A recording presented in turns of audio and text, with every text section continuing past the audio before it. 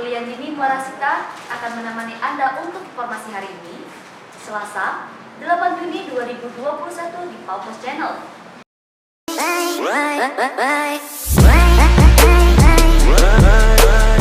Berita pertama datang dari Kabupaten Banyuasin. Diduga terbakar api cemburu, seorang suami menjadi gelap mata kepada istri sendiri. Suami dimaksud adalah Saharudin, 44 tahun, warga Philip 4, Desa Tajam Mulia, Kecamatan Betung. Saharudin terpaksa berurusan dengan polisi atas dugaan kekerasan dalam rumah tangga Sabtu, 6 Juni 2021. Kapolres Banyuasin AKBP Imam Tarmudi didampingi Kasat Reskrim AKP MI Kang Ide Putra mengatakan tersangka diringkus usai adanya laporan istrinya yang mengaku telah dianiaya tersangka. Menurut pengakuan R, istri tersangka dia disiksa sejak Selasa, 1 Juni 2021 dengan cara tak manusiawi. R dipukul, ditendang, rambut dipotong dan mulutnya dikencingi serta kemaluan disodok menggunakan cobek. R berhasil lolos dari amukan sang suami setelah berpura-pura hendak ke kamar mandi dan langsung kabur dari rumah.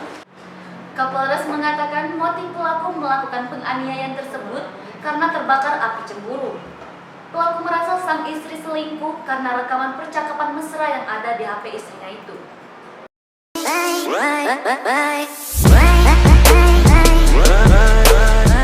Berita kedua datang dari Kota Palembang.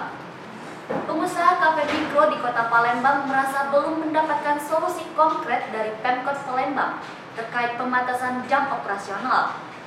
Untuk diketahui, merujuk peraturan Wali Kota Perwali Palembang nomor 14 tahun 2021 tentang pembatasan personal kafe dan mal yang ada di Kota Palembang, Forum Kedai dan Kafe Palembang Bersatu FKPB melakukan audiensi dengan Wali Kota Palembang Haji Harnojoyo di Rumah Dinas Wali Kota Palembang, Senin 7 Juni 2021. Ketua Umum FKPB Rudianto Widodo saat ditemui menjelaskan dirinya melalui FKPB di tengah menyampaikan aspirasi kepada pemerintah Kota Palembang terkait pembatasan yang saat ini masih menjadi polemik bagi pengusaha kedai dan kafe berbasis mikro di Kota Palembang. Untuk itu, dia masih mempertanyakan aturan pembatasan yang diterapkan, namun masih ada kafe-kafe yang berbasis makro yang skalanya lebih besar masih buka hingga lewat dari aturan yang ditetapkan.